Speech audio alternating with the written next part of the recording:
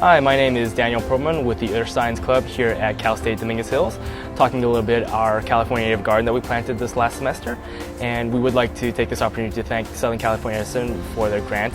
Their grant allowed us to purchase the mulch, the pavers, the bird bath, the gravel, and the shovels and tools that we needed. I think the best part of this project was seeing the enthusiasm from all my fellow students. We all got together and everybody was available to volunteer, and I think that was really inspiring. The California Native Garden was a project we did through biogeography. It was one of our classes. The class itself focuses on plants and animals native to Southern California. The project came about through one of our students, Amir Davis, who went to Northern California and saw a California Native Garden. It was a good project that we could do, some project that we could do as a group, give ourselves some experience doing some outside work, and bring something nice to the campus.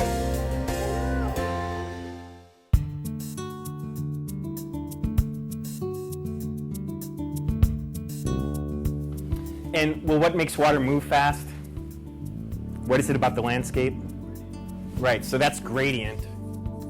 The service learning course I have is aquatic ecology. It's in our biology department. It's usually taken by upper division students, typically graduating seniors, as an elective course, and they're interested in this topic to round out their degree programs and to prepare themselves for professional work in the discipline of ecology and environmental resources. Service learning is rather underrepresented in science, math, and engineering courses, so there's a keen interest to develop it further in these types of courses. It's kind of combined with the internship, and since they are graduating seniors, it's a good opportunity for them to get outside the university and see what professionals in this field do. Before this class, there's not been a lot of field work. It's been on campus or close to campus, and with this you got to go much further out, so it broadens the horizons in that there's more ways to connect with community.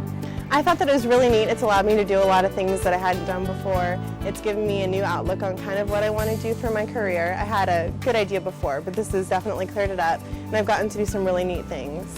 My major is biology with a focus on ecology, so doing this kind of work and taking this class is really helpful to me because it's kind of what I'm looking forward to doing in the future, try to get a job. So this is giving me field work, and none of my other classes let me go out and do actual work in the field, so I really like having the time and being able to learn these different techniques that I can use later in my career.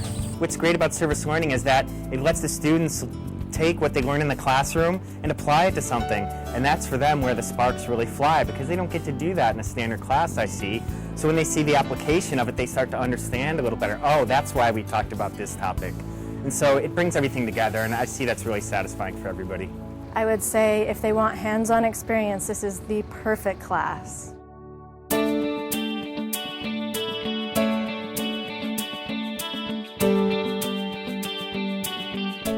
At CSU Channel Islands, Dr. Don Rodriguez taught a community service learning course titled Water and Conflict in the West.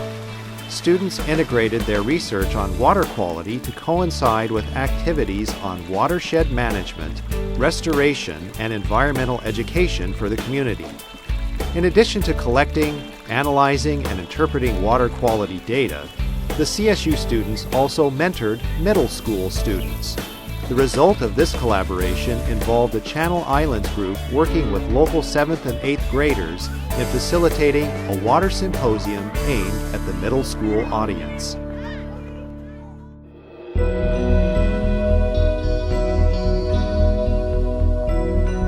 Well, since this is a course that we basically we're trying to design so that it's practical, we really wanted to give them as much nuts and bolts examples as possible so that students would really see how this kind of thing was done. And so the service learning helped us do that. We always go on field trips, but we don't ever get to actually implement plans that we design as students. And I think that the service learning really provided an outlet for that so that we could actually do something.